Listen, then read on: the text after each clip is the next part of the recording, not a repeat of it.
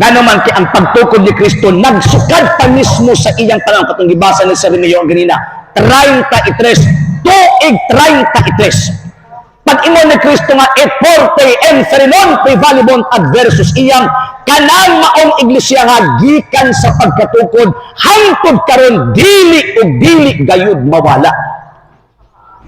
Nganong dili man mawala kining maong iglesia nga gikan sa pagkatukod hangtod karon? Nga naman kay ang pinaka main objective and purpose ni Kristo nganong gitukod niya ang iglesia kaluwasan. Walang niingon sa tawag ining sa mga apostol, ako magauban kaninyo kanunay hangtod sa katapusan sa kalibutan. Pag ingon niya nga ako magauban kaninyo kanunay hangtod sa katapusan sa kalibutan, buot ipasabot na ang Kristo gikan sa unang siglo, ikaduha, ikatulo, ikaapat, ikalima, hangtod sa ika-20 kasiglo, dili mohonong pag-uban ang Kristo ni ining maong iglesia. Nga naman, tungod kay ang katuyuan ni ining maong simbahana, kaluwasan. Salvation. Sir, naanabay gitawag og kining mga Katoliko na luwas? Yes. Naanabay namatay, sir, nga nibalik sa kalibutan, nga niingon nga naanay mga Katoliko na luwas? Yes. 100% yes.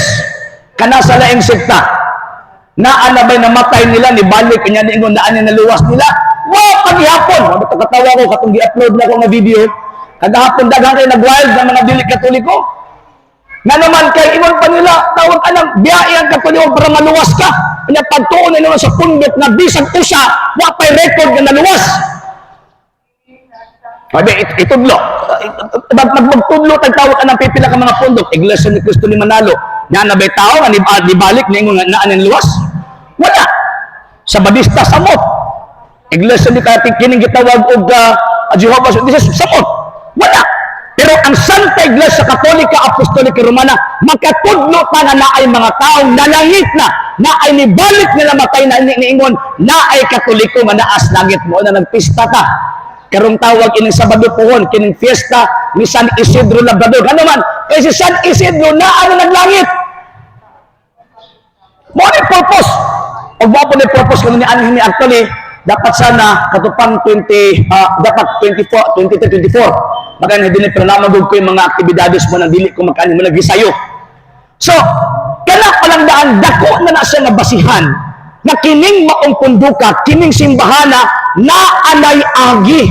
Ang kapait sa mga inosente nga Katoliko, gipan ang nagbugas noodles ug tinapa. Ang kaluwasan gibiyaan nibalhin dito sa laing sekta nga klaro nga wala pay gitawag og agi. Di ba ka na mga tao dito ang mangingilad? Di ba? Puro na saad. Maluwas ka na mo. Dito pareho na naanay Biblia ang gamiton. Pagkahuman anak, pangutan kanabay inyong pastor na matay, naluwas na ba ito? Di makatubag. Nga naman, kay makuwaw sila mutubag, na maingon sila naluwas na nyawa pa di ay. So, kana na nga punto, kung ang usa ka tao na ay gitawag ang pagtuuapan ang pagtuong gihuptan, dili pagtuo nga gikan ni Kristo, biyain ninyo na